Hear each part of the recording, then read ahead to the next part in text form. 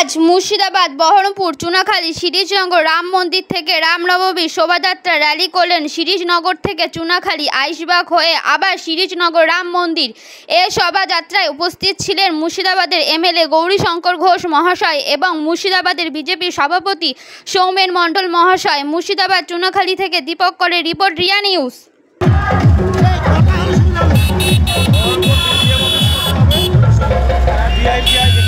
বলছিলাম আগামীকাল তো রামনবমী, আজকে কি উদ্দেশ্য র্যালি করলেন? দেখুন, আগামীকাল রামনবমীর শোভাযাত্রা, রামলালার পুজো সর্বত্র হবে, আমাদের নিষাদবাগেও হবে। পুলিশের পক্ষ থেকে একই দিনে এত নিরাপত্তা দেওয়া সম্ভব নয়, সে কারণে তারা অনুরোধ জানিয়েছিল আগের দিন করতে। আমরা পুলিশের অনুরোধ রাখতে, প্রশাসনকে সহযোগিতা করতে আজকেই অর্থাৎ রামলালার পুজোর একদিন আগে আমরা শোভাযাত্রা শুরু করেছি।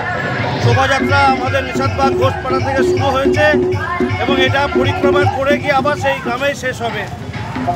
আগামীকাল মুর্শিদাবাদ জেলা কটা বেরাবে? দেখুন, আমাদের জেলা জুড়ে অসংখ্য শোভাযাত্রা বেরাবে, রামলালার পুজো হবে। প্রত্যেকটা গ্রামের মানুষ চাইছে নিজ নিজ এলাকায় রামলালার পুজো করতে এবং শোভাযাত্রা। সুতরাং এটা কোনো সংখ্যা দিয়ে বলা যাবে না যে কটা হবে। মানুষ প্রতিনিয়ত স্বতঃস্ফূর্তভাবে রামলালার পুজো করছে, রামলালাকে নিয়ে শোভাযাত্রা করছে। একাধিক জায়গায় সারা জেলা জুড়ে কয়েকশো জায়গায় কালকে শোভাযাত্রা হবে। আগামী পরশু দিনও শোভাযাত্রা চলবে। আগামী 9 তারিখ, 10 তারিখ, 11 তারিখ, 12 তারিখ পর্যন্ত জেলায় শোভাযাত্রা চলবে।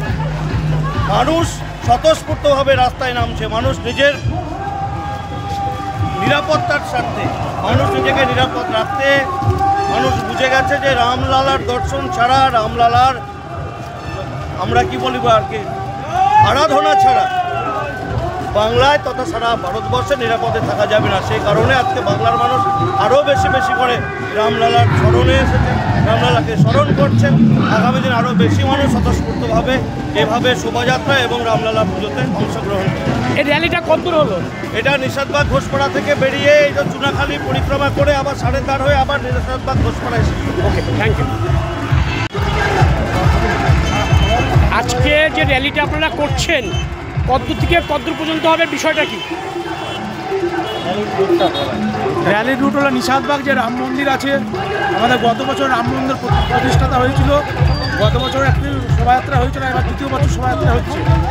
এবার আমাদের নিষাদবাগ রাম মন্দির থেকে চুনাখালী পার্কের মোড় হয়ে আমাদের পার্শ্ববর্তী যে গ্রাম আছে 4.5 গ্রাম হয়ে আবার নিষাদবাগ রাম মন্দিরে শেষ হবে এবং শেষে আগামীকাল সকাল 10টায় রামলালার পূজা আছে এবং বিকেলে রামায়ণ পাঠ, ভাগবত পাঠ, হনুমান চল্লিশা পাঠ, সন্ধ্যায় প্রসাদ বিতরণ এবং কীর্তন, প্রদীপ প্রজ্বলন এই সমস্ত ব্যবস্থা করা হয়েছে।